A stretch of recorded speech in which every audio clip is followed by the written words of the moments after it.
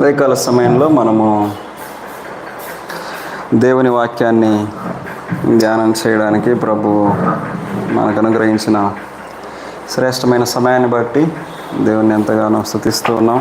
చక్కగా ఆరాధనలో ప్రభువు యొక్క కృపను మనం పొందుతూ ఆయన నేర్పిస్తున్న పాఠాలు నేర్చుకుంటూ ఆయన మాటలు వింటూ ఆయన బిడ్డలుగా జీవించటము జీవితంలో ప్రభు మనకిచ్చిన యోగ్యమైన ధన్యత. ఉదయకాల సమయంలో దేవుని వాక్యంలో నుంచి కొన్ని మాటలు మనము ధ్యానం చేద్దాం. నాతో పాటుగా లూకా రాసిన సువార్త 11వ అధ్యాయము, లూకా రాసిన సువార్త 11వ అధ్యాయము 5వ వచనం నుంచి 13వ వచనం వరకు. ఇక్కడ ప్రభు ఒక ఉదాహరణని చెప్పాడు. దాన్ని ఉపమానంగా మనము తీసుకొని ధ్యానం చేయవచ్చు. కాబట్టి slowly we are meditating all the parables. ఉపమానాలన్నీ కూడా లూకా సువార్తలో ఉన్నటువంటి ఉపమానాలను మనం ధ్యానం చేస్తూ ఉన్నాం. గడిచిన వారము చాలా చక్కగా ఒక ఉపమానాన్ని ధ్యానం చేస్తాం. అంతకు మునుపు మరొక ఉపమానాన్ని కూడా జ్ఞాపకం చేసుకున్నాం దేవుని కృపను బట్టి. ఉదయకాల సమయంలో ఇది చాలా ప్రాముఖ్యమైనటువంటి అంశమని నేను చెప్పగలను. దేవుని యొక్క సహాయాన్ని పొందుతూ మనము ఈ మాటలు ధ్యానం చేద్దాం. లూకా రాసిన సువార్త, Luke gospel chapter 11 versus from 5 through 13. చదువుదాం అందరం కలిసి. మరియు ఆయన వారితో ఇట్లా, నేను మీలో ఎవరికైనా ఒక స్నేహితుడు ఉండగా అతడు అర్ధరాత్రి వేళ ఆ స్నేహితుని యొద్దకు వెళ్ళి, స్నేహితుడా, నాకు 3 రొట్టెలు బదులిమ్ము, నా స్నేహితుడు ప్రయాణము చేయొచ్చు మార్గములో నా యొద్దకు వచ్చి ఉన్నాడు, అతనికి పెట్టుటకు నా యొద్ద ఏమీ లేదని అతనితో చెప్పిన ఎడల, అతడు లోపలనే ఉండి, నన్ను తొందర పెట్టవద్దు, తలుపు వేసి ఉన్నది, నా చిన్నపిల్లలు నాతో కూడా పండుకొని ఉన్నారు, నేను లేచి ఇయ్యలేనని చెప్పున, అతడు తన స్నేహితుడైనందున లేచి ఇయ్యకపోయినను, అతడు సిగ్గుమాలి మాటి మాటికి అడుగుట వలనైనను లేచి అతనికి కావలసినవన్నీ ఇచ్చును అని మీతో చెప్పుచున్నాను. అటువలనే మీరును అడుగుడి మీకు ఇయ్యబడును, వెదకుడి మీకు దొరకును, తట్టుడి మీకు తీయబడును. అడుగు ప్రతి వానికి ఇయ్యబడును, వెదకువానికి దొరకును, తట్టువానికి తీయబడునని మీతో చెప్పుచున్నాను. మీలో తండ్రి అయిన వాడు తన కుమారుడు చేపను అడిగితే చేపకు ప్రతిగా పామునిచ్చునా? గుడ్డును అడిగితే తేలునిచ్చునా? కాబట్టి మీరు చెడ్డవారయుండియు మీ పిల్లలకు మంచి ఈవులని ఎరిగి ఉండగా, పరలోకమందున్న మీ తండ్రి తను అడుగు వారికి పరిశుద్ధాత్మను ఎంతో నిశ్చయముగా అనుగ్రహించున. నేను దేవుడి మాటలు మన కొరకై దీవించునుగాక. A.W. టోజర్ అనేటువంటి ఒక భక్తుడు ఒక చాలా ప్రాముఖ్యమైనటువంటి ఒక మాటను చెప్పాడు. దేవుడు అనగానే మీ జీవితంలో దేవుడు అనేటువంటి మాట మాట్లాడగానే మీకు దేవుని గురించినటువంటి ఆలోచన ఏమైతే వస్తుందో ఆ ఆలోచనను బట్టే మీ జీవితం కూడా దేవునిని అనుసరించడానికి ఆస్కారంగా ఉంటుందని చెప్పాడు. So when you think of God, what is it that comes in your mind will define you అన్నాడు అనమాట. చాలాసార్లు దేవునిని గురించి మనం ఆలోచన చేయగానే మనకేం గుర్తొస్తుంది చెప్పండి?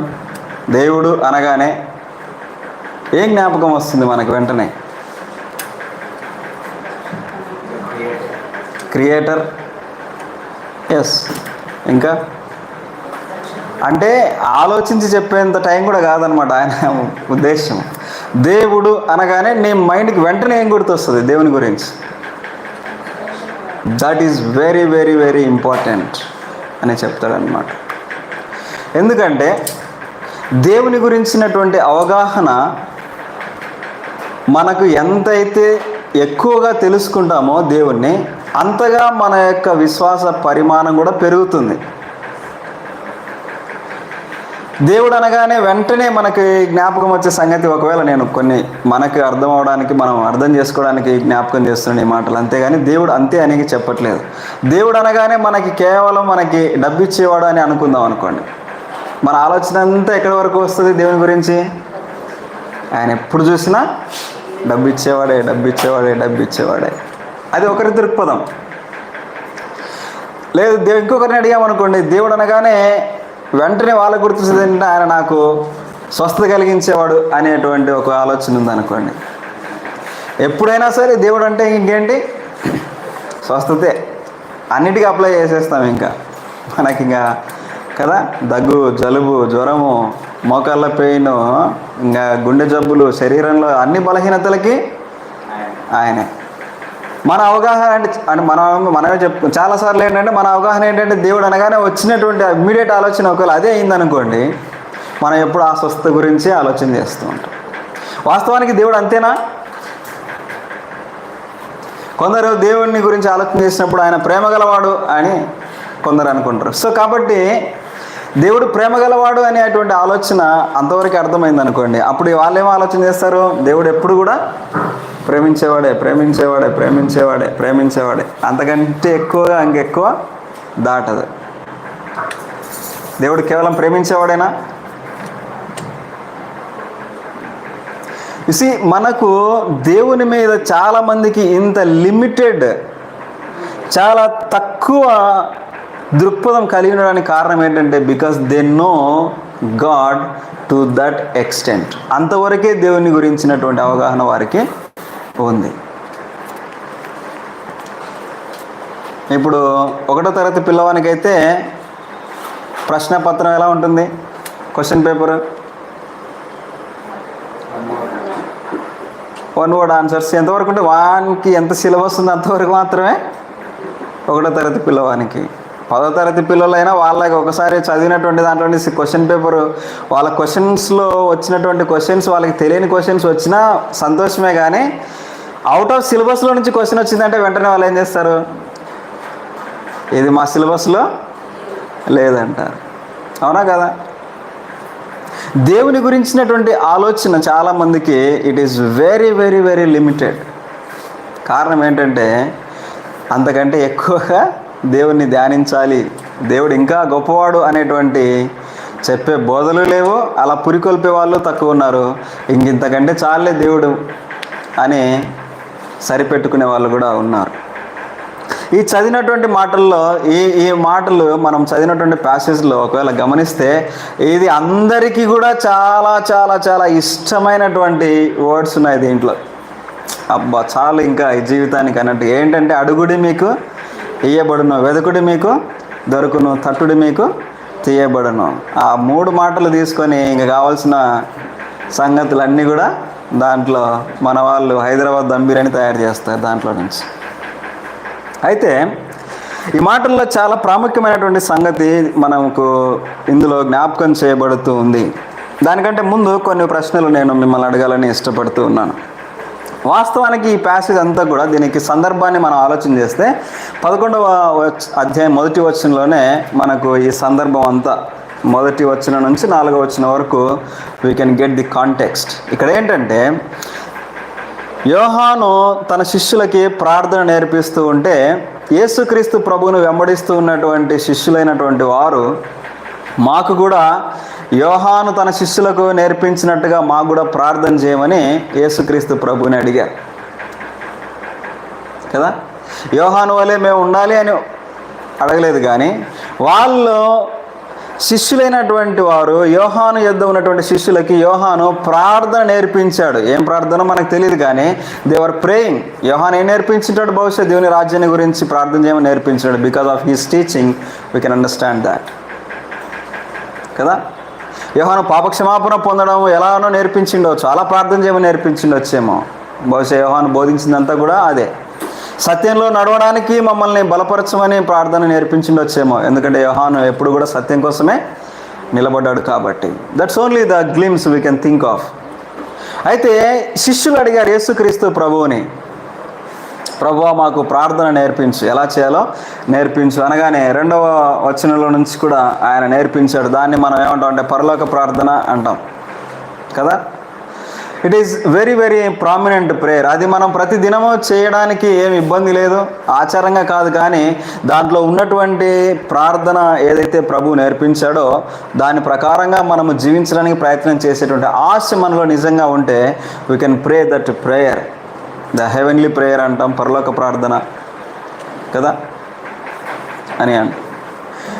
అయితే ఇది చెప్పిన తర్వాత దేవుడు యేసుక్రీస్తు ప్రభు వారితో ఇట్లా నేను అని కింది 5 నుంచి 13 వచ్చిన వరకు చాలా చక్కగా కొన్ని మాటలు రాశాడు. నేను ఎందుకు దేవుని గురించినటువంటి అవగాహన ఏంటి, మనకు దేవుడు అనగానే మనకు గుర్తొచ్చేది ఎందుకు అని అంటే, మనమందరం కూడా చాలా 3 ప్రిన్సిపల్స్, 3 కాదు చాలా సంగతులు ఉన్నాయి. మనకు దేవుని గురించి చెప్పగానే మనము చాలాసార్లు ఎక్కువ ఈ మాటల్ని 3 పదాలని ఉపయోగిస్తుంటాం. గాడ్ అండ్ ఇట్స్ ఎగ్జిస్టెన్స్ని మనం డిఫైన్ చేస్తే ఏంటి, ఒకటి ఆయన ఆమ్నిషియంట్, సర్వ జ్ఞాని, అనగా ఆయనకి గతంలో జరిగింది తెలుసు. అంటే మనకు గతం ఉంది కాబట్టి మన పాస్ట్ లైఫ్ని దేవుడు ముందుగానే తెలిసినటువంటి వాడు. అలాగే ప్రస్తుతం ఏముందో ఆయనకి తెలుసు, ఫ్యూచర్ కూడా ఆయనకి తెలుసు. హీఈస్ ఆమ్నిషియంట్ గాడ్, సర్వ జ్ఞానము కలిగినటువంటి వాడు. అంటే ఆయన జ్ఞానమునకు మించింది ఏది కూడా లేనే లేదు. ఆయన జ్ఞానమునకు బోధపడినటువంటి సంగతి అంటూ ఏది కూడా లేదు. అలాగే ఆయన తెలుసుకోలేనటువంటి విషయం అంటూ ఈ భూమి మీద కాదు, ఏ సమస్త సృష్టిలో కూడా లేదు. Is that powerful God, that a knowledgeable God, that is the something that is, అంటే మనం ఆ మాట ఉపయోగిస్తున్నామంటే ఆయన జ్ఞానం ఇలా ఉంటుంది అని చెప్పడానికి, కానీ is not bound, there is no limitation to his knowledge and wisdom కదా. హీఈస్ ఆమ్నిషియంట్ గాడ్ అంటే సర్వజ్ఞాని అయినటువంటి దేవుడు. మరొక మాటని కూడా మనం చూస్తాం ఏంటంటే ఆయన సర్వ వ్యాపి అని చూస్తూ ఉంటాం. ఆయన అన్ని చోట్ల ఉన్నటువంటి దేవుడు కదా. అంటే ఇక్కడ ఉన్నాడు, ఆయన లేనటువంటి స్థలము లేదు. ఈ మాటని చాలా మీరు జాగ్రత్తగా గమనించాలి. ఆయన అన్ని చోట్ల ఉన్నాడు కానీ అన్నింటిలో కాదు. ఇది చాలా జాగ్రత్తగా మనం గమనించాల్సినటువంటి మాట. మనలో ఉన్నాడా? ఉన్నాడు. నీలో ఉన్నాడా? ఉన్నాడు. నాలో ఉన్నాడా? ఉన్నాడు. ఇక్కడ ఉన్నటువంటి మా మధ్యలో ఉన్నాడా? ఉన్నాడు. మరి ఈ బీరువాలో ఉన్నాడా? సారీ, ఫ్రిడ్జ్లో ఉన్నాడా? ఈ మైక్లో ఉన్నాడా? ఈ చెట్టులో ఉన్నాడా? ఆ పిల్లర్లో ఉన్నాడా? అంటే లేదు, అన్నింటిలో కాదు, అన్ని చోట్ల ఉన్నటువంటి ఆయన. He is everywhere but not in everything.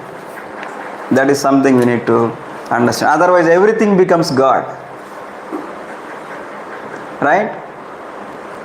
అంతా దేవుడే అన్నట్టుగా మన భారతదేశంలో చేసేటువంటి ప్యాంథియిజం, అనేకమైనటువంటి దేవుళ్ళు కాదు, ఒక్కడే దేవుడు, అన్ని చోట్ల ఉన్నటువంటి దేవుడు.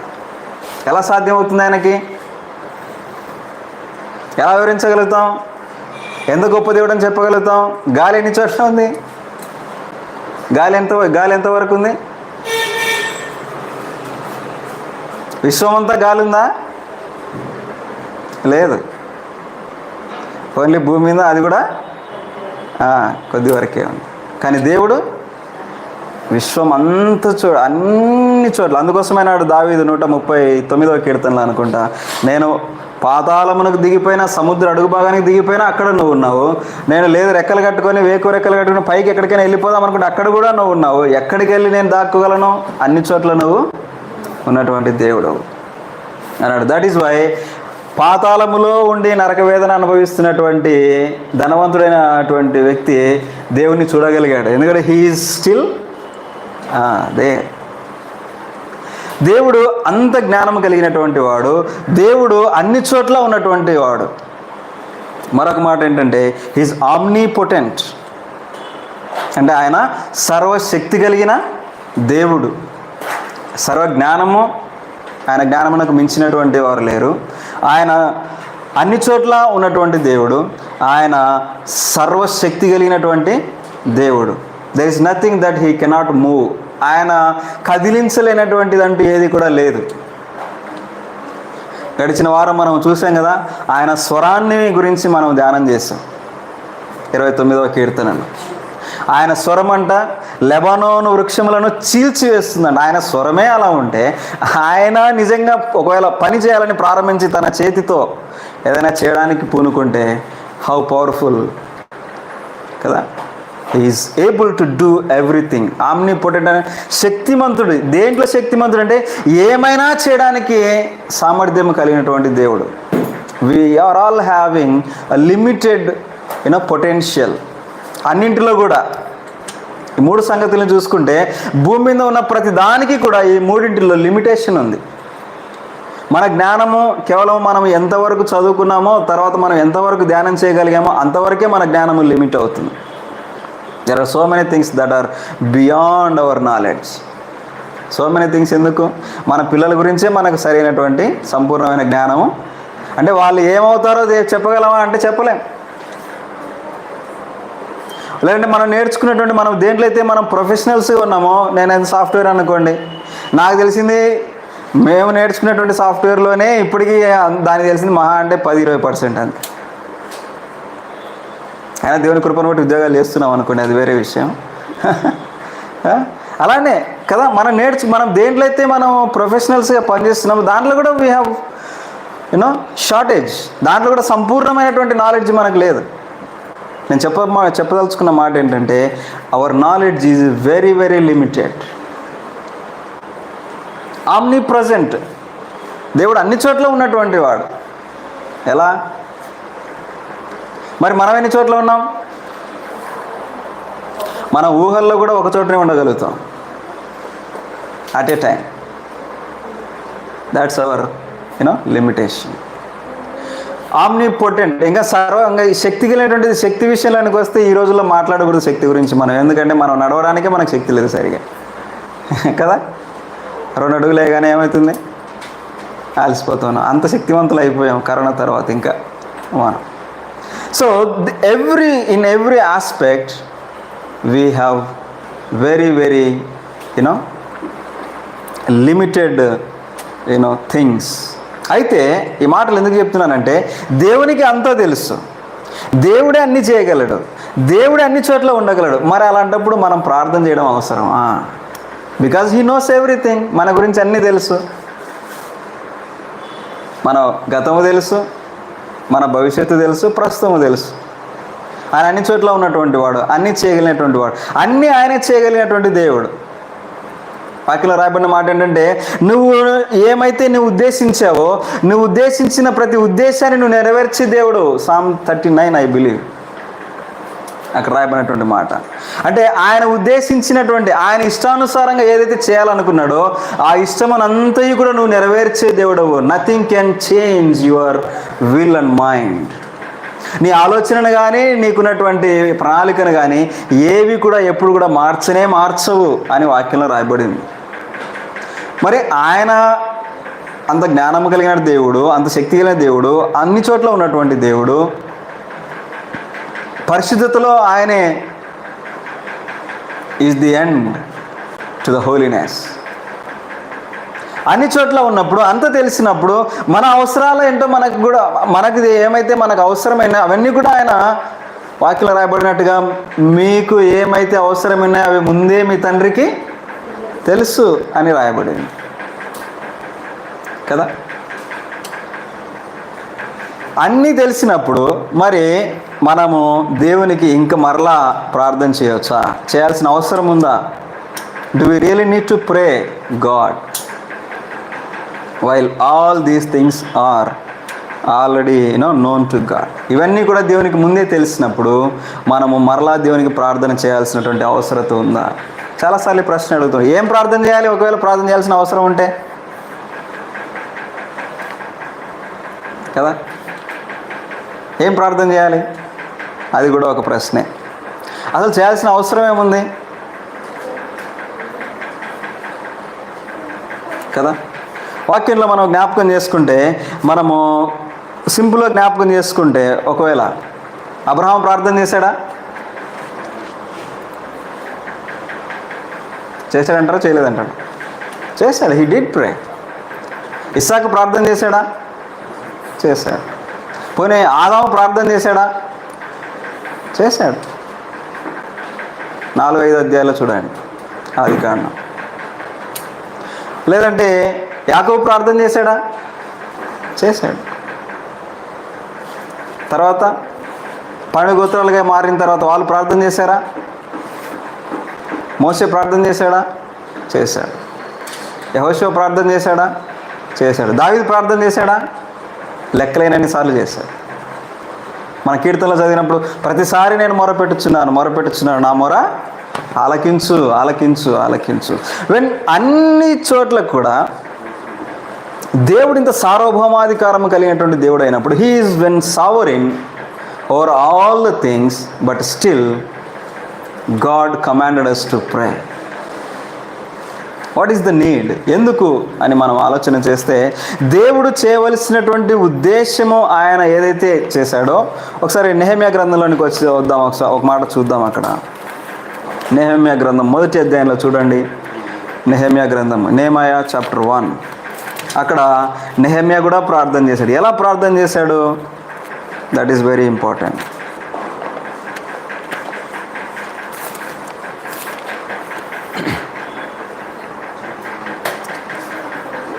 నెహెమ్యా గ్రంథం 1వ అధ్యాయంలో చూస్తే మనం ఇక్కడ రాయబడినటువంటి మాటలు చూడండి.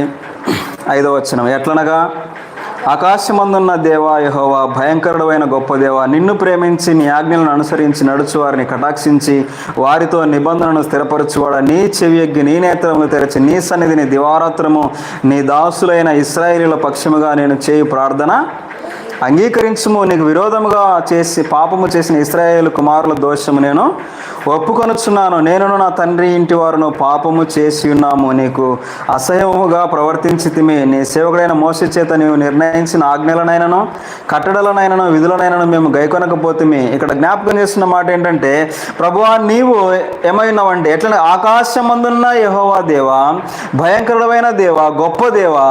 He's acknowledging God. దేవుణ్ణి ఆయన గుర్తిస్తున్నాడు. ఏంటంటే నీవు తప్ప, అంటే లోకమంతా ఒకవైపు ఉంటే నువ్వు ఒకవైపు. ఇశ్రాయేలు ప్రజలందరి యొక్క పాపాన్ని ఒప్పుకుంటూ జ్ఞాపకం చేసిన మాట ఏంటంటే, దేవుడిచ్చినటువంటి 11వ వచనం చూస్తే చూడండి, దేవుడిచ్చినటువంటి ఆజ్ఞను, దేవుడిచ్చినటువంటి వాగ్దానాన్ని జ్ఞాపకం చేస్తే ఏమంటున్నాడంటే, యెహోవా చెవియగ్గి నీ దాసుడవైన నా మొరను నీ నామమును భయభక్తులతో గణపరచుటేందు ఆనందించు నీ దాసుల మొరను ఆలకించి ఈ దినమందు నీ దాసుని ఆలోచన సఫలపరిచి ఈ మనుష్యుడు నా యందు దయ చూపినట్లు అనుగ్రహించుమని నిన్ను బతిమాలు కొనుచున్నాను. నెహెమ్యా ఒకవైపు ఎలా ప్రార్థన చేస్తున్నాడంటే, తన పితరులు చేసినటువంటి దోషాన్ని, తండ్రులు చేసినటువంటి దోషాన్ని ఒప్పుకుంటూ ప్రార్థన చేశాడు. ఏమని ప్రార్థన చేశాడు? ప్రభువా, ఇప్పుడు నేను ఇక్కడున్నాను, బానిసలుగా ఉన్నటువంటి ఈ దేశంలో ఉన్నాను, ఇక్కడ నువ్వు నాకు ఇప్పుడు నన్ను జ్ఞాపకం చేసుకో. ఏమని జ్ఞాపకం చేసుకోమని ప్రార్థన చేస్తున్నాడంటే, ఈ మనుష్యుడు నా మీద దయ చూపునట్లు నువ్వు కృప చూపిస్తే. అంటే అక్కడ చెప్పగానే చెప్తున్న మాట ఏంటి? నువ్వు శక్తి కలిగినటువంటి దేవుడవు, అన్యుడైనటువంటి ఈ రాజు దయ చూపించాలంటే ఎవరి వల్ల అవుతుంది? నువ్వే అవుతుంది. అంటే మనము నేర్చుకునేటువంటి పాఠం ఏంటంటే, ప్రార్థన చేస్తున్నాం. ఎలా దేవుని వాక్యంలో రాయబడిన మాట అంటే, ప్రతి చోట కూడా ప్రార్థన చేయమనే దేవుడు మనకు జ్ఞాపకం చేశాడు. Will come to that point. అయితే ఇక్కడ నెహెమ్యా చేసిన ప్రార్థన ఏంటంటే, ప్రభువా ఈ మనుషుడు దయ చూపునట్లుగా ప్రార్థన చేస్తున్నాడు. మనం నేర్చుకునేది ఏంటంటే, God's plans are executed when we pray. God will provide the means. మనము ప్రార్థన చేసినప్పుడు ఆయన ప్రణాళిక నెరవేరినట్లుగా దేవుడు మనకి మార్గాలను ఏర్పాటు చేస్తాడు. దేవుని ప్రణాళిక అంతా నెరవేర్చబడాలి. ఎలా నెరవేర్చబడుతుంది? When you pray, God provides the means to execute His plans. మళ్ళీ ఇక్కడ వారెన్ వెస్బీ అనేటువంటి కమెంటేటర్ ఒక మాట అన్నాడు ఏంటంటే, నీ ఆలోచనలు కాదు ప్రార్థనలో నెరవేర్చేది, నువ్వు ప్రార్థన చేస్తున్నప్పుడు ఆయన ఆలోచన నీ ద్వారా నెరవేర్చబడుతుంది. That is the main intention behind prayer. అర్థమవుతుందా? అందుకోసమే దేవుని గురించినటువంటి అవగాహన నీకు ఎంత మట్టుకు ఉంటే దాన్ని బట్టి నీ ప్రార్థన ఏమవుతుంది? హృదయంలో నుంచి వస్తుంది. దేవుడు ఎప్పుడు నాకు ఇచ్చేవాడే అనేటువంటి ఆలోచనతోనే మనం ఉన్నాం అనుకోండి, ఆ అవగాహన దానికి ఎప్పుడు అడుగుతూనే ఉంటావు. ఏమని? అది కావాలి, ఇది కావాలి, అది కావాలి, చాలా మనం అడగాల్సినవన్నీ అడుగుతూనే ఉంటాం. అయితే ఇక్కడ ఈ మాటలు జ్ఞాపకం చేస్తూ, so when we pray God will open the means to execute his plans. ఆయన ప్రణాళికను మన ద్వారా నెరవేర్చడానికి మనము ప్రార్థించినప్పుడు మాధ్యమాలను ఆయన మనకు తెరుస్తాడు. That's how Nehemiah prayed. అప్పుడు ఏమన్నాడు అక్కడ? ఆ రాజు వెళ్ళి, ఎందుకు నీ ముఖం అంతా డల్గా ఉన్నావు, నువ్వు అలా ఉండేవాడివి కాదే అన్నాడు. తర్వాత ఇది సమస్య, నా ప్రజలందరూ, నా వాళ్ళందరూ కూడా అలా బూడిద కాలిపోయినటువంటి గుమ్మాల మధ్యలో ఉంటే నేను ఎలా ఆనందంగా ఉంటాను అన్నాడు రాజుతో. అవునా? అయితే నువ్వు వెళ్ళు, నువ్వు వెళ్ళు, ఆ మనుష్యునిలో ఆ మాటని తీసుకొని వచ్చింది ఎప్పుడు దేవుడు కలుగజేశాడు? నెహెమ్యా ప్రార్థన చేసిన వెంటనే. సో ఇక్కడ యేసుక్రీస్తు ప్రభు తన శిష్యులకి కూడా ప్రార్థన నేర్పిస్తూ చెప్పినటువంటి మాటల్లో ఎలా ప్రార్థన చేయాలి, మొదటి 2 వచనాల్లో 3 వచనాల్లో 4 వచనం వరకు ఒకవేళ చూస్తే మనము ఏం ప్రార్థన చేయాలో నేర్పించాడు. 5 నుంచి 13వ వచనం వరకు ఈ ఉపమానం ద్వారా నేర్పిస్తున్న మాట ఏంటంటే ఎలా ప్రార్థన చేయాలి. అర్థమవుతుందా? ఎలా ప్రార్థన చేయాలి? మీరు చెప్పండి, ఎలా ప్రార్థన చేశారు ఇంతవరకు? రక్షించబడిన నాటి నుంచి నేటి వరకు మీరు చేసిన ప్రార్థనలు ఒకసారి జ్ఞాపకం చేసుకోండి. ఇలా రివైండ్ చేసుకున్నారనుకోండి, ఏం ప్రార్థన చేసాం? చాలాసార్లు ఎక్కువ దేని గురించి ప్రార్థన చేశాం? మీరే ఆలోచించుకోండి. ఎలా ప్రార్థన చేశాము? దేవుడు, అందుకోసమే నేను మళ్ళీ జ్ఞాపకం చేస్తున్న మాట ఏంటంటే, దేవుని గురించినటువంటి సరైనటువంటి అవగాహన, దేవుడు అంటే ఏంటో మనకి అర్థం కాకపోతే మనం చేసేటువంటి ప్రార్థన మనకే చాలాసార్లు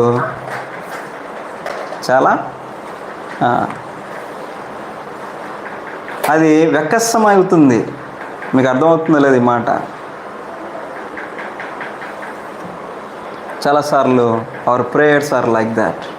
కానీ ఎలా ప్రార్థన చేయాలి అనే దానికి యేసుక్రీస్తు ప్రభువు చెప్పినటువంటి ఒక ఉపమానాన్ని ఇక్కడ జ్ఞాపకం చేసుకుంటూ ఉన్నాం. So the context for this particular parable or an example is a prayer. ప్రార్థన ఎలా చేయాలి అనే దానికి మీకేంటి ఒక అవగాహన ఉంటుంది కదా, ఎలా చేయాలో ప్రార్థన.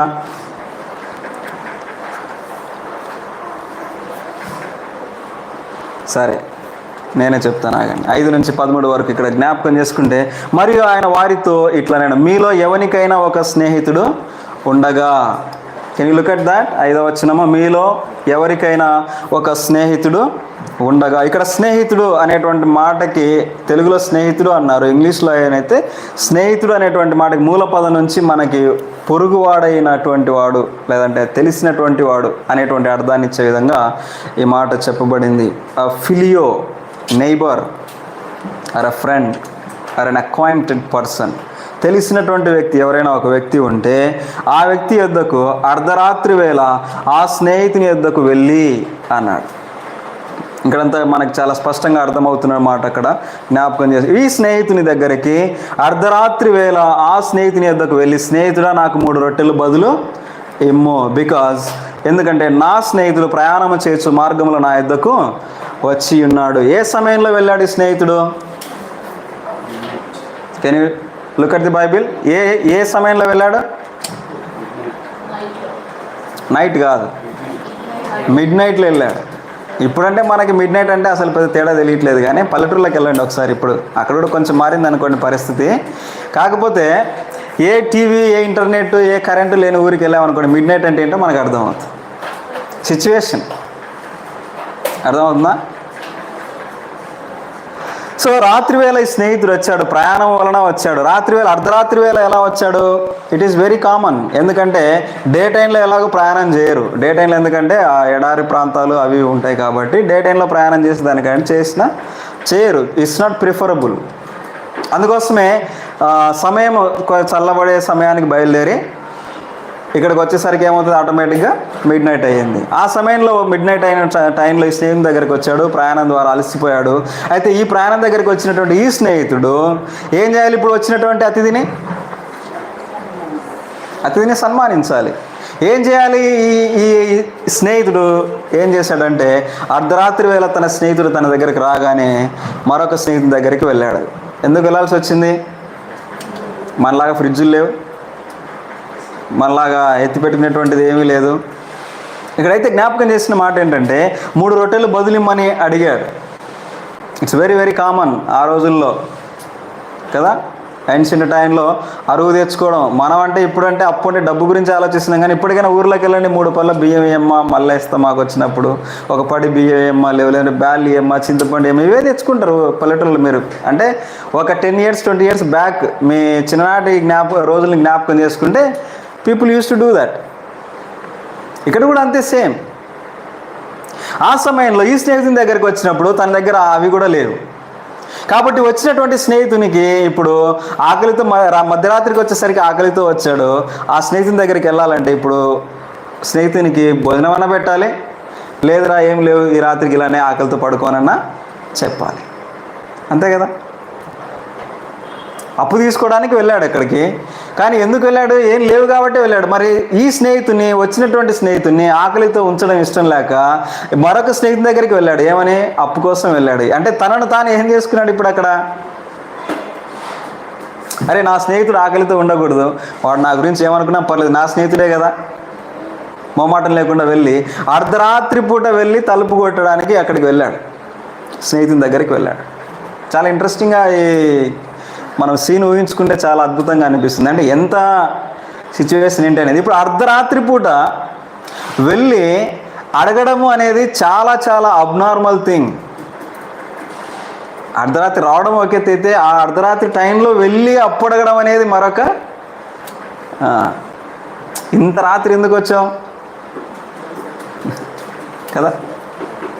సో వెరీ వెరీ ఏమనుకున్నా పర్లేదు నా గురించి, నా స్నేహితుడిని మాత్రం ఆకలితో పడుకోవడము అలా పడుకోనివ్వను అన్నట్టుగా అతను వెళ్ళాడు, ఆ స్నేహితుని దగ్గరికి వెళ్ళాడు.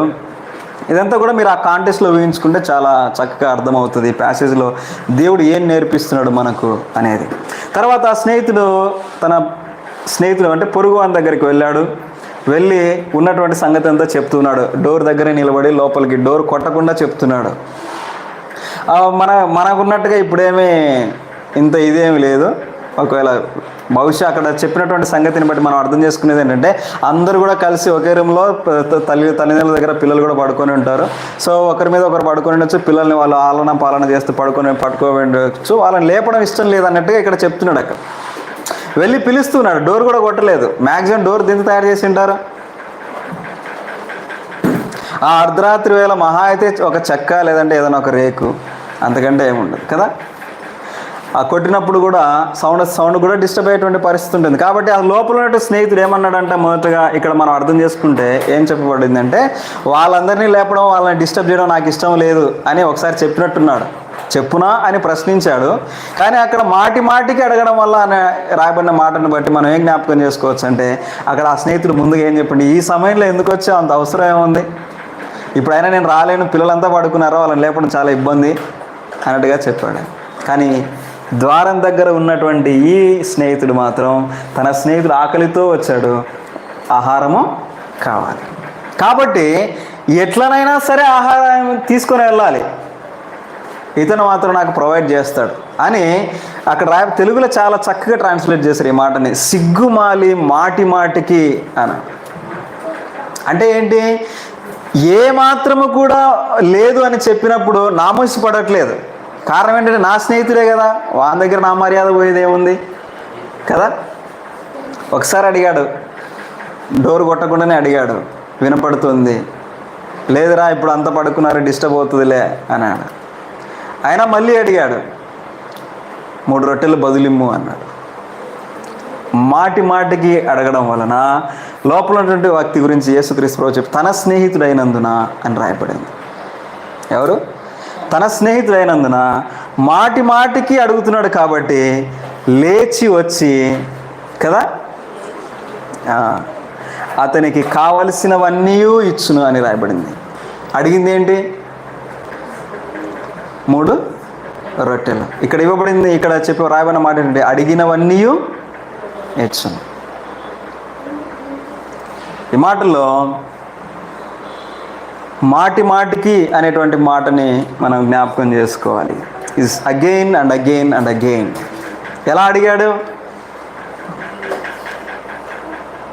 నామోసి పడకుండా, నొచ్చుకోకుండా, ఒకసారి అడిగిన వెంటనే ఇంకా ఇవి ఇవ్వట్లేదు, ఇవి అనవసరంగా వచ్చానని అన్నట్టుగా కాకుండా అక్కడే నిలవబడి అవసరాన్ని గుర్తెరిగి పదే పదే అడగడం ద్వారా ఏమైంది? ఆ వ్యక్తికి, ఆ స్నేహితుడు వచ్చి అరే బయటకు వచ్చినప్పుడు ఏమని అంటాడు? రే ఏదో ఊరికి అవసరం నార్మల్గా వచ్చాయేమో అనుకున్నాను, లేరా నువ్వు ఇంత ఎమర్జెన్సీ ఉందని తెలియదు నాకు, ఏమనుకోదు వాటి గురించి, ఇదిగో ఏం కావాలో అవన్నీ తీసుకో ఇచ్చాడు. నాకు తెలుసురా నువ్వు ఇస్తావని అనుకున్నాడు బహుశా. రాయబడిన మాట ఏంటంటే అడిగినవన్నీ ఇచ్చును అని మీతో చెప్పుచున్నాను. అండ్ దెన్ అటువలే మీరును అడుగుడి. ఎటువలే? మీకు అవసరమైన దాని గురించి రాయబడిన మాట అంటే అడగండి. కానీ ఎలా అడగమంటున్నాడంటే మాటి మాటికి సిగ్గుపడకుండా. ఒక స్నేహితుడు మరొక స్నేహితుని దగ్గరికి వెళ్ళినప్పుడు ఎంత ధైర్యంగా మిడ్ నైట్లో వెళ్ళిపోయి ఉంటాడు. అర్ధరాత్రి వేళ ఆ స్నేహితుని దగ్గరికి వెళ్ళాలంటే ఇతనికి ఉన్నటువంటి కాన్ఫిడెన్స్ ఏంటి? What is the confidence this friend has about his friend? ఈ స్నేహితునికి తన స్నేహితుని గురించి తెలిసిన సంగతి ఏంటంటే వాడు తప్పకుండా ఇస్తాడు. అంటే దేవుని అటువలనే మీరును అడగండి అని రాయబడింది ఇక్కడ. అటువలనే మీరు అడుగుడి మీకు ఇయ్యబడును, వెదకుడి మీకు దొరకును, తట్టుడి మీకు తీయబడును. ఈ 3 మాటల్లో కూడా దెర్ ఈస్ సర్టెనిటీ, ఖచ్చితత్వం ఉంది వీటిల్లో. అడగండి మీకు ఇవ్వబడుతుందేమో కాదు, ఇవ్వబడును అన్నాడు. There is a definite thing, a certainty. తట్టుడి మీకు తీయబడును, వెదకుడి మీకు దొరుకును అన్నాడు. ఈ 3 కూడా మనం నేర్చుకోవాల్సింది ఏంటంటే ఏమి అడుగుతున్నాము, ఏమి తట్టుతున్నాము, ఏమి తీయబడుతున్నాము, ఏమి వెతుకుతున్నాము అనేది మనం ఆలోచన చేస్తే 3 మనకు కామన్గా దొరికేది ఏంటంటే ఇట్ విల్ బి డన్, అది మీకు జరుగుతుంది. ప్రార్థనలో మాటి మాటికి మీరు సిగ్గుపడకుండా ఒక స్నేహితుడు మరొక స్నేహితుని దగ్గరకు ధైర్యంగా వెళ్ళినట్టుగా, నామోసి పడకుండా వెళ్ళినట్టుగా మీరు కూడా ప్రభు యొద్దకు ఏ సమయంలోనైనా ఎప్పుడైనా మీరు అడగవచ్చు. దేని గురించి అడగవచ్చు? What ever your needs. ఇది అడిగితే ఎలా ఉంటుందో అని కాకుండా, లేదంటే ఇస్తాడో ఇవ్వడో అన్నట్టుగా కాకుండా, లేదంటే ఒకసారి అడిగాం కదా ఆయన గుర్తున్నదా అన్నట్టుగా కాకుండా, కదా ఎన్నిసార్లు అడుగుతాం దాని గురించి అన్నట్టుగా కాకుండా రాయబడిన మాట ఏంటంటే అడగండి. ఇట్స్ లైక్ ప్రార్థనలో మనం నేర్చుకునేది ఏంటంటే అడగడం కాదు, ఇక్కడ నేర్చుకునేది మనం ఎలా అడగాలి అన్నప్పుడు పదే నీ అవసరాన్ని ప్రభు ఎదుట ధైర్యంగా నువ్వు, దట్ ఈస్ ద యాటిట్యూడ్. మాటికి ఒక స్నేహితుడు అడిగినట్టుగానే నువ్వు కూడా దేవుని ఎదుట నువ్వు అలా అడగవచ్చు. హియర్ 2 విషయాలు, one is the friend, another one is the father. అటువలనే మీరును అడుగుడి అన్నాడు. 11వ వచనంలో చూస్తే మీలో తండ్రి అయిన వాడు తన కుమారుడు చేపను అడిగితే చేపకు బదులుగా పామునిచ్చునా, గుడ్డును అడిగితే తేలును ఇచ్చునా. 2 కూడా పాము తేలు ఏంటి? What is the common thing? కాదు విషం. So 2 things are poisonous. పాము పెద్దది, దానికంటే 100 రెట్లు తేలు చిన్నది, అయినా 2 కూడా విషపూరితమే. ఇక్కడ జ్ఞాపకం చేస్తున్న మాట ఏంటంటే తండ్రి అయినటువంటి వాడు తన కుమారుడు ఒకవేళ రొట్టెను అడిగితే, కింది మాటలో రొట్టెను అడిగితే రాయినిచ్చునా అన్నాడు. సో కాబట్టి ఇక్కడ జ్ఞాపకం చేసిన మాట అంటే, చేపను అడిగాడు కుమారుడు వచ్చి, ఆహారం సమకూర్చేటువంటి వాడెవరు? తండ్రి. ఎలాంటి కాన్ఫిడెన్స్తో వచ్చి అడుగుతాడు తండ్రిని? రొట్టె అడగాలని మా డాడీని ఏమంటాడో అని వస్తాడా? కాదు.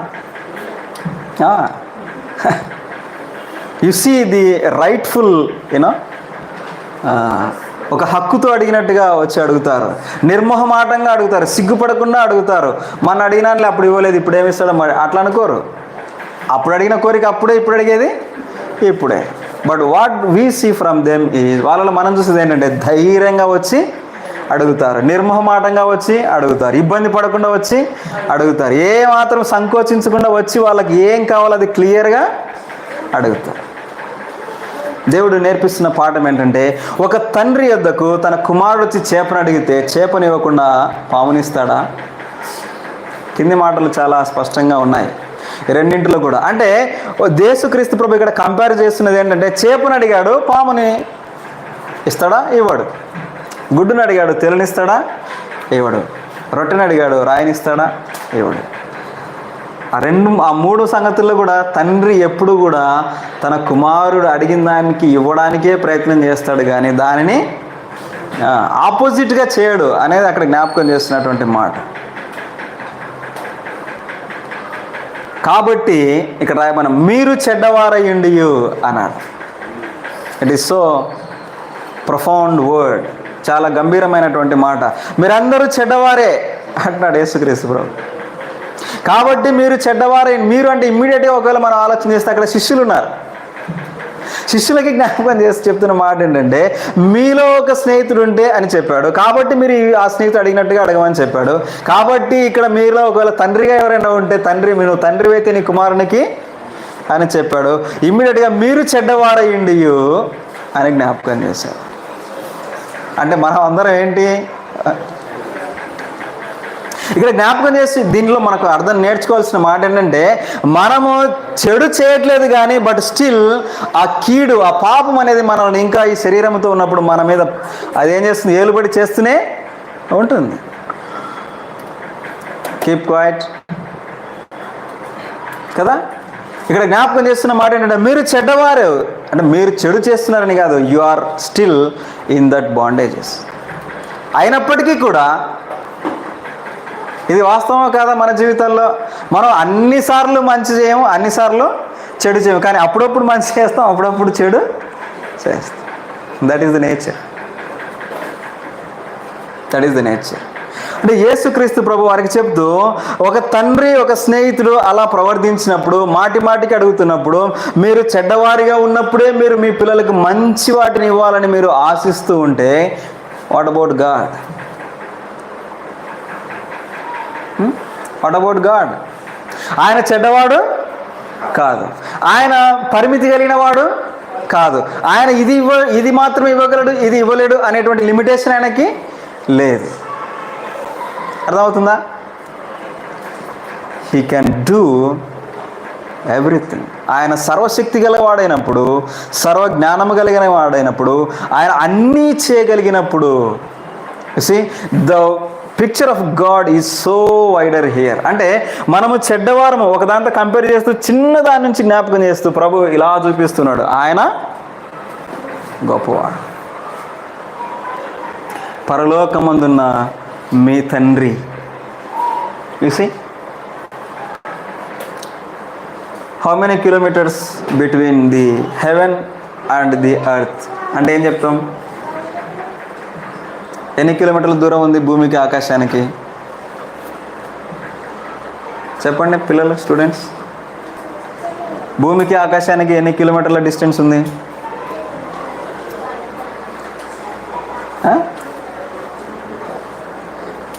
ఒక ప్లానెట్కి మరొక ప్లానెట్కి డిస్టెన్స్ ఉంది, కానీ భూమికి ఆకాశానికి డిస్టెన్స్ అనేది నోబడీ మెజర్డ్. ఇక్కడ రాయబడిన మాట, మీరు చెడ్డవారై ఉన్నారు, పరలోకమందున్న మీ తండ్రి. You see the difference. మీకు మీ తండ్రికి ఉన్నటువంటి గ్యాప్, ఔన్నత్యం విషయంలో దేవుని మంచితనాన్నే ఒకవేళ నువ్వు మెజర్మెంట్గా తీసుకుంటే, మనము ఒకవేళ చెడ్డవారమైన దేవుడేమో అసలు ఆయనలో ఏమాత్రము కూడా హాని తలపెట్టాలి అనేటువంటి ఆలోచనలు ఏంటంటే, ఆయన మరింతగా మనకు మేలు చేయాలనేటువంటి ఆలోచన కలిగి ఉంటాడు. దెన్ నేర్చుకోవాల్సింది ఏంటంటే, come to God with so much of boldness and confidence. Yes, ఆయన కుమారునిగా నీ యొద్దకు, ఆయన తండ్రిగా నువ్వు కుమారునిగా ఆయన యొద్దకు ఎలా వెళ్ళగలం? ప్రార్థన అంటే ధైర్యంగా వెళ్ళగలం. ఎంత ధైర్యంగా? ఒక కుమారుడు తండ్రి యొద్దకు వచ్చి అడిగినట్టుగా, ఒక స్నేహితుడు తన స్నేహితుని గురించి సంపూర్ణంగా ఎరిగినటువంటి వాడై అర్ధరాత్రి అయినా సరే వెళ్ళినా నాకు సాయం చేస్తాడు అనేటువంటి కాన్ఫిడెన్స్తో వచ్చాడే, ఆ స్నేహితుని వలె దేవుని ఎదుట నేను ప్రార్థనలో అలా రావచ్చు, మాటి మాటికి అన్నట్టుగా విసుగుపడకుండా. ఇదే 18వ అధ్యాయంలో, లూకాసు వార్త 18వ అధ్యాయంలో కూడా అక్కడ ఒక విధవరాలి గురించి, అన్యాయస్తుడైనటువంటి ఒక న్యాయాధిపతి గురించి అక్కడ చూస్తాం. మాటి మాటికి వచ్చి అడుగు, నాకును నా ప్రతివాదికిని న్యాయము తీర్చు అన్నాడు. చూస్తూ ఇక్కడ నేర్చుకుంటున్న మాట ఏంటంటే, come to God without any limitations, because he is a good God. ఎందుకంటే ఆయన మంచి తండ్రి, మంచి దేవుడు అని వాక్యములో జ్ఞాపకం చేయబడుతూ ఉన్నాం. అయితే ఏం ప్రార్థన చేయొచ్చు? దేని గురించి ప్రార్థన చేయొచ్చు? ప్రభువా, నాకు మంచి ఆడి కారు కావాలి. అవునా కదా?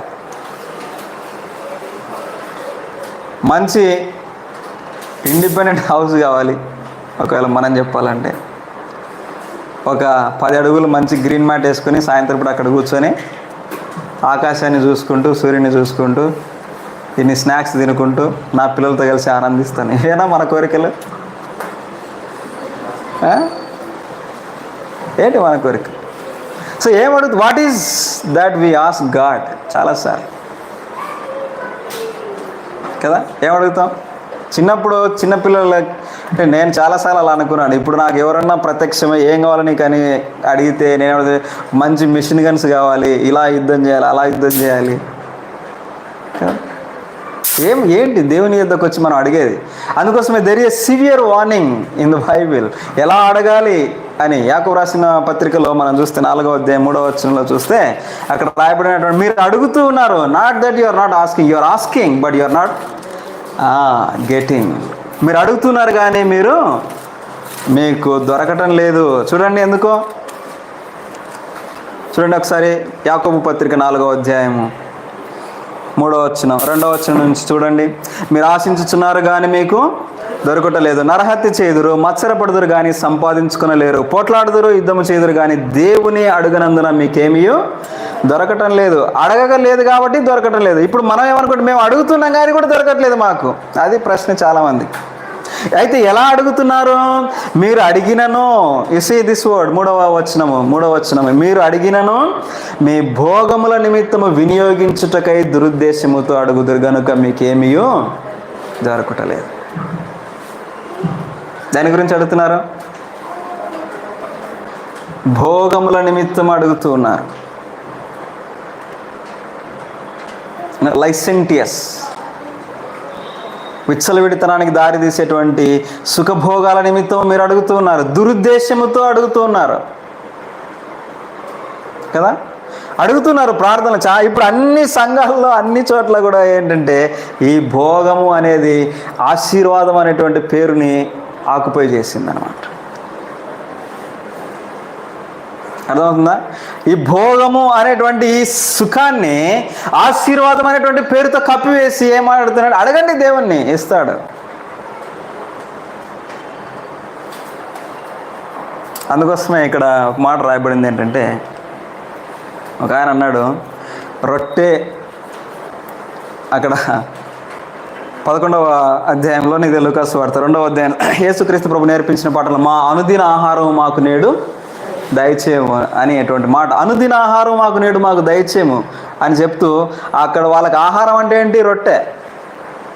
ఎందుకు? ఏ రోజుకి ఆ రోజు అంటే ఆ దినాల్లో ఏ రోజు పని చేసుకుంటే ఆ రోజే భోజనం, అంతేగాని not a warehouse of bread అన్నాడు ఆయన. అనుదిన ఆహారం అడగమనిందే కానీ ఒక వేర్ హౌస్ నిండా ఉండేటువంటి ఒక అది కాదు. కానీ నేడు మనం ఏం అడుగుతున్నామంటే, మన భోగముల నిమిత్తమై వినియోగించుటకై దురుద్దేశముతో అడుగుదురు, కాబట్టి మీకు ఏమీ దొరకటం లేదు. సో ఇది విడిచిపెట్టి మరొక మాట కూడా రాయబడింది వాక్యంలోనే, మరొక యోహాను సువార్త 15వ అధ్యాయంలో చూడండి. That is also very very prominent word. చాలామంది ప్రాస్పరిటీ బోధించేటువంటి బోధకులు చెప్పేటువంటి మాట, ఆశీర్వాదాన్ని చెప్పేటువంటి బోధకులు చెప్పేటువంటి మాట ఏంటంటే 8వ వచనం, 15వ అధ్యాయం 8వ వచనం చూడండి. మీరు బహుగా ఫలించుట వలన నా తండ్రి మహిమపరచును. ఈ మాట చదవడానికి చాలా బాగుంది, వినడానికి బాగుంది, జరిగితే ఎంత బాగుంటుందో అని మనం అనుకుంటాం. ఎందుకు? మీరు బహుగా ఫలించుట వలన. ఫలించుట అంటే మన దృష్టిలో ఏంటంటే ఇదే, విస్తరించాలి విస్తరించాలి విస్తరించాలి. ఎకరం ఉంటే 2 ఎకరాలు, 3 ఎకరాలు ఉంటే 4, 5 ఉంటే 10, 100 ఉంటే 1000 కదా. విస్తరించుట విస్తరించుట. కానీ ఇక్కడ 4వ వచనంలో దీనికి ఉన్న బేస్ ఏంటి? మరొక మాటని కూడా ఇందులోనే జ్ఞాపకం చేస్తాడు. 7వ వచనంలో చూడండి. నా యందు మీరును మీ యందు నా మాటలను నిలిచి ఉండిన ఎడల అది మీకు అనుగ్రహించబడింది. చూసి చాలాసార్లు ఈ కండిషన్ మర్చిపోతూ ఉన్నాం మనం. ఏంటి? నా యందు మీరును మీ యందు నా మాటలు నిలిచి ఉండిన ఎడల అన్నాడు. అంటే అడిగేప్పుడు మనం పొందుకోవడానికి ప్రభువు మనకు నేర్పిస్తున్నటువంటి పాఠం ఏంటంటే, మనం అడగడము అనేది మనం యాకోబు పత్రికలో ఎలా అడగాలి? దురుద్దేశముతో కాకుండా, భోగముల నిమిత్తము కాకుండా అడగాలి. వాస్తవానికి ఆ రెండు మనలో నుంచి పోయినప్పుడు మనం వాటి గురించి అడగం. మన యొక్క దృక్పథం మారిపోతుంది. We will seek the will of God with complete desire. సంపూర్ణమైనటువంటి ఆశతో ప్రభు చిత్తాన్ని చేయడం అనేది మన హృదయాల్లోనికి దేవుడు నేర్పిస్తాడు. అప్పుడు అవి అడగం. అప్పుడు వీటన్నిటి మీద విరక్తి వస్తుంది చాలా సమటు. ఏంటి? ఇంటి మీద, ఈఎంఐల మీద, అన్నింటి మీద విరక్తి వస్తుంది. అప్పుడు ప్రభువా నీ చిత్తాన్ని చేయడమే నేర్పిస్తుంది. ఒకవేళ మనకు బహుగా ఫలించటంలో మనం ఒకవేళ ఆశపడుతూ ఉంటే, ప్రభువుని అడుగుతూ ఉంటే ఏంటంట దానికి ఉన్నటువంటి కండిషను? మీ యందు నా మాటలు నిలిచి ఉంటే అడగండి అన్నాడు. ముందు నిలిచి ఉండాలి కదా దేవుని మాటలు. ఆయన మాటలు నిలిచి ఉంటే ఏమొస్తాయి? హృదయం నిండిన దానిని బట్టి పెదవులు మాట్లాడతాయి. ఆయన గురించినటువంటి సంపూర్ణమైనటువంటి ఆలోచన మన హృదయాల నిండా ఉంటే బహుశా భూ సంబంధమైన వాటి గురించి మనం పాకులాడం. ఆయన మీద విశ్వాసం కలుగుతుంది. ఆయనతో విశ్వాసంతో నడిచేటువంటి అలవాటు మనకు ప్రారంభమవుతుంది. ఆయన అంటే ఎంత గొప్పవాడో అర్థమైనప్పుడు ఆయన ఉంటే చాలనేటువంటి భావనే కలుగుతుంది తప్ప, నువ్వు ఉన్నావు కదా నాకు అవి ఇవ్వట్లేదు ఎందుకు, అవసరం అవి అడగారు, ఎందుకంటే అన్నీ ఆయనే చూసుకుంటాడు అనేటువంటి సంపూర్ణమైనటువంటి నిశ్చయిత ఆయన మీద మనకు కలుగుతుంది. సో ఎలా అడగాలో చూస్తున్నాము ఈ ప్రాసెస్ ద్వారా. ఎలా అడగాలి? ధైర్యముగా దేవుని యొద్దకు స్నేహితుడు అడిగినట్టు మాటి మాటికి సిగ్గుపడకుండా, సిగ్గుపడాల్సిన అవసరమే లేకుండా అడగాలి అని జ్ఞాపకం చేస్తున్నాడు. 13వ వచనంలో రాయబడిన మాట అంటే, పరలోకమందున్న మీ తండ్రి తన్ను అడుగు వారికి, ఈ మాట మీరు జాగ్రత్తగా గమనించండి, పరిశుద్ధాత్మను ఎంతో నిశ్చయముగా అనుగ్రహించును. వై? పైన మాటలన్నీ కూడా రొట్టె గురించి వెళ్ళి అడిగారు. ఇక్కడికి వచ్చేసరికి పరిశుద్ధాత్మను ఎంతో నిశ్చయముగా అనుగ్రహించును అని రాయబడి ఉంది. కొన్ని ట్రాన్స్లేషన్స్లో, ఓల్డ్ ట్రాన్స్లేషన్స్లో మే గుడ్ స్పిరిట్, మంచి ఆత్మను మీకు అనుగ్రహించును అని రాయబడి. మంచి ఆత్మను అనుగ్రహించును. When you have a good spirit, what will happen? John MacArthur ఇట్లా రాశాడు తన కామెంటరీలో. ఇలా ఏమనంటే, ఒకవేళ నువ్వు ఆదరణ కొరకు నువ్వు ప్రభువును ప్రార్థిస్తూ ఉంటే ఆయన ఆదరణకర్తనే నీకు అనుగ్రహిస్తాడు. ఒకవేళ నువ్వు సహాయం కొరకు ఆయనను ప్రార్థిస్తూ ఉంటే ఆయన సహాయకున్నే నీకు అనుగ్రహిస్తాడు. That is the wonderful word. పరిశుద్ధాత్మ దేవుడు, హీ ఈస్ ద కంఫర్టర్. అవునా కదా? ఆయన నువ్వు ఓదార్పు కోసము నువ్వు ఒకవేళ దేవుని ప్రార్థిస్తూ ఉంటే ఓదార్పునిచ్చేటువంటి ఆదరణకర్తని నీకు అనుగ్రహిస్తాడు. హీ ఈజ్ అంటే ఆయన చెప్పే మాట అంటే when you ask for something he will give you the source for that something. పరిశుద్ధాత్మ దేవుడు గలతీయులకు రాసిన పత్రిక 5వ అధ్యాయంలో ఆయన అన్నింటికి ఏంటి ఆత్మఫలములు ఏమనగా అని రాయబడింది. మంచితనము, దయాళుత్వము, ప్రేమ, సమాధానము, దీర్ఘశాంతము, ఓర్పు అన్నీ రాయబడ్డాయి అక్కడ. పరిశుద్ధాత్మ దేవుడే నీకు ఆయన అనుగ్రహిస్తున్నప్పుడు ఇవన్నీ కూడా నీలో ఏమవుతాయి? You are asking only for one thing but he is giving you the entire source. That is అందుకోసమే మీరు చెడ్డవారు ఇండి మంచి ఈవులను ఎరిగి ఇవ్వాలనేటువంటి ఆలోచన మీకున్నప్పుడు పరలోకమందున్న మీ తండ్రి ఏమంట వీటన్నింటికీ కర్త అయినటువంటి పరిశుద్ధాత్మ దేవుని మీకు నిశ్చయముగా అనుగ్రహించున్నాడు. He only gives what is needed. No, ఆయన అన్నింటినీ సంపూర్ణముగా నీ అవసరములో చాలినంతగా ఇవ్వగలిగినటువంటి దేవుడు. మాట వింటున్నప్పుడు చాలా ఆశ్చర్యం అనిపించింది నాకు. నువ్వు సహాయం కొరకు ఈ సహాయం తీరిస్తే చాలు. నో, నీకు సహాయకారిగా ఉండడానికి పరిశుద్ధాత్మ దేవుణ్ణి అనుగ్రహం. నువ్వు ఆదరణ కోసం ఎదురు చూస్తున్నామో ఆదరణకర్తనే నీకు అనుగ్రహిస్తున్నాడు.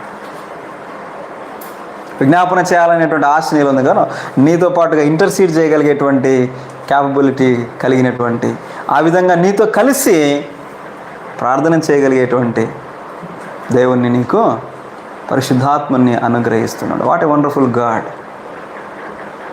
ఏమడుగుదాం ఉదయకాల సమయంలో దేవుణ్ణి? ఎలా అడుగుదాం కదా? కాబట్టి ask it will be given to you. ఏం అడుగుతాం? ఎలా అడుగుతాం? ఈ రెండు కూడా దేవుడు ఏంటో అర్థమైన సంగతి మీద ఆధారపడి ఉన్నాయి. Know the God. దేవుని తెలుసుకుందాం. ఆయన పరిశుద్ధత సమస్త ప్రవర్ధన యందు అన్నాడు. తెలుసా మనకి? సమస్త ప్రవర్ధన యందు పరిశుద్ధత కలిగేటువంటి ఆ ఉన్నతమైన స్థితి ఎంత అమూల్యమైందో మనం ఊహించామా ఎప్పుడైనా? సమస్తం అంటే ఇంక మళ్ళీ మనలో ఎంటైరిటీ ఆఫ్ అవర్ బిహేవియర్. స్కూల్లో ఉన్నప్పుడు కాదు, కాలేజీలో ఉన్నప్పుడు కాదు, ఆఫీస్లో ఉన్నప్పుడు కాదు, ఇంట్లో ఉన్నప్పుడు కాదు, లేదంటే చర్చికి వచ్చినప్పుడు కాదు, లేదంటే స్నేహితుల దగ్గర ఉన్నప్పుడు మాత్రమే కాదు, అన్ని చోట్ల సమస్త ప్రవర్ధన యందు నువ్వు నడిచినా, కూర్చున్నా, ఆలోచించినా, తిన్నా, లేచినా. ఈ మాట నేను ఇంతకుముందు చెప్పానో లేదో కానీ ఒక సర్వెంట్ ఒక ఇంట్లో వాషింగ్ బేసిన్స్ తోముతూ ఉన్నప్పుడు అంటే చాలా వాటిని చాలా ఎంతో జాగ్రత్తతో ఎంతో ఇష్టంగా ఆనందిస్తూ పాటలు పాడుతూ ఆ పని చేస్తూ ఉన్నాడు. ఓనర్కి డౌట్ వచ్చి ఏంటి ఇంత నువ్వు చేసే పని అంటే బికాస్ చెప్పాడు. రీజన్ ఏంటో చెప్పాడు. ఆన్సర్ వినగానే ఒక్కసారి చాలా ఆశ్చర్యం అనిపించింది. అంటే ఏంటి, అక్కడ కూడా తన పనిలో కూడా ఏమాత్రము కూడా దురుద్దేశం కానీ అసహనం కానీ ఏమీ లేకుండా he wanted to present a true follower of Christ ఎలా ఉంటాడో. ఏం జ్ఞాపకం చేస్తుంది మనకు ఉదయకాల సమయం? సమస్త ప్రవర్ధన యందు. కాబట్టి మనం చదివినటువంటి మాటల్లో దేవుడు మనకు నేర్పిస్తున్న పాఠం ఏంటంటే ask again and again and again with so much of confidence, boldness. ధైర్యంగా ఆయన యుద్ధకు రావడానికి. అరే ఏమనుకుంటారో కాదు, అవసరం లేదు, నేర్పిస్తున్నటువంటి మాట. కాబట్టి ప్రార్థించుదాం. ప్రార్థనలో ఈ విధమైనటువంటి వైఖరిని మనము అలవర్చుకోవాలి, నేర్చుకోవాలి. దేవుడిచ్చిన వాగ్దానం ఏంటి ఇక్కడ? It will be given to you. నీకు ఇవ్వబడుతుంది, నువ్వు అడగాలి. సో కాబట్టి ఈ రెండు మాటలు నేను చెప్పి ముగిస్తాను. ప్రేయర్ ఎప్పుడు కూడా, ప్రార్థన మనలని దేవుని దగ్గరకు తీసుకొని వస్తుంది, అంతేగాని దేవుణ్ణి మన దగ్గరకు తీసుకురాదు. చాలామంది ఇప్పుడు రా అని ప్రార్థన చేస్తుంటారు, ఏమీ రాదు. మనం ఆయన దగ్గరికి యథార్థమైన ప్రార్థన, ఇది కూడా జ్ఞాపకం చేసుకోండి. యథార్థమైన ప్రార్థన తప్పక అంగీకరించబడుతుంది. వేషధారణతో కూడిన ప్రార్థన దేవునికి అసహ్యం. అసహ్యం. కాబట్టి ప్రార్థన చేసుకుందాం, దేవుని యొద్దకు వద్దాం. దేవుని యొద్దకు సిగ్గుపడవలసిన అవసరం లేదని వాక్యంలో ప్రభువు మనకి జ్ఞాపకం చేస్తున్నాడు. సిగ్గుపడకుండా అది మన అవసరమైనా సరే, ఏదైనా సరే యోగ్యమైనటువంటి మంచి మనసుతో ఆయన యొద్దకు మనము ప్రార్థనలో రాగలిగితే ప్రభువు తన చిత్తాన్ని చేయడానికి మనలను పురికొల్పుతాడు, నేర్పిస్తాడు. ఏం అడగాలో కూడా నేర్పిస్తాడు. కాబట్టి మనకున్నటువంటి జ్ఞానంతో ఉన్న పాటున ఆయన యొద్దకు వచ్చి, ప్రభువా దిస్ ఈజ్ మై నీడ్, ఇది నా అవసరం. అంత మాత్రమే కాదు, సిగ్గుపడకుండా నీ యొద్దకు వస్తున్నాను, నాకు నీవు ఇచ్చిన వాగ్దానాన్ని నా జీవితంలో నెరవేర్చమని ప్రభువుని అడగడంలో ఏమాత్రం తప్పేమీ లేదు. As long as there is no evil desire in that prayer. తల వంచుదాం, ప్రార్థన చేసుకుందాం. ప్రేమగల తండ్రి, పరిశుద్ధమైన దేవ, ఘనమైన శ్రేష్టమైన మీ నామమునకు స్తోత్రములు. ఉదయకాల సమయంలో ప్రేమించి మరొకసారి శ్రేష్టమైన మీ లేఖనాలను అర్థం చేసుకోవడానికి సాయం చేస్తూ వచ్చారు. మీకే వందనాలు, స్తోత్రాలు చెల్లిస్తూ ఉన్నాం. ప్రార్థించడానికి చాలాసార్లు మాట పడుతున్నాం దేవా. మరి అలక్ష్యంగా, నిర్లక్ష్యంగా, చాలాసార్లు నిద్రమబ్బుతో, చాలాసార్లు ఇష్టం లేనట్టుగా, అయిష్టంగా ఎన్నిసార్లు ప్రార్థన చేసాము. మమ్మల్ని ఎంతగా మీరు సహించారు. దయతో మనం క్షమించమని కూడా బ్రతిమలాడుతున్నాం. సహాయం చేయండి. ధైర్యం కలిగి నిర్మోహమాటంగా, యథార్థంగా కుమారుడు తండ్రి దగ్గరకు వచ్చినట్లుగా, స్నేహితుడు తన స్నేహితుడి దగ్గరకు వచ్చి అడిగినట్లుగా, ఏ సమయంలోనైనా అర్ధరాత్రి వెళ్ళి స్నేహితుడు అడగలిగాడు. అనుకూలమైనటువంటి సమయం అందు కాదు, అననుకూలమైనటువంటి సమయంలో కూడా ప్రార్థించమని మీ వాక్యం ద్వారా మీరు మాకు సెలవిస్తూ ఉన్నారు. అన్ని వేళలా సహాయమునిచ్చే దేవుడు, పరిశుద్ధాత్మ దేవుని మాకు మీరు అనుగ్రహించినటువంటి దేవుడవు, సోర్స్ ఆఫ్ ఆల్ బ్లెస్సింగ్స్, అన్ని ఆశీర్వాదాలకు కారణమైనటువంటి పరిశుద్ధాత్మ దేవుణ్ణి మీరు మాకు వరముగా అనుగ్రహిస్తూ వచ్చారు. అందుని బట్టి మీకు సంపూర్ణమైనటువంటి కృతజ్ఞతతో మా హృదయార్పణను చెల్లిస్తూ ఉన్నాం. దేవా, సహాయం చేయండి. ఈ మాటలు మా హృదయంలో పదిలపరచుమని, ఫలవంతము చేయమని మా ప్రభువును రక్షకుడుని యేసుక్రీస్తు వారి శ్రేష్టమైన నామంలో ప్రార్థించి వేడుకుంటున్నాం తండ్రి. ఆమేన్.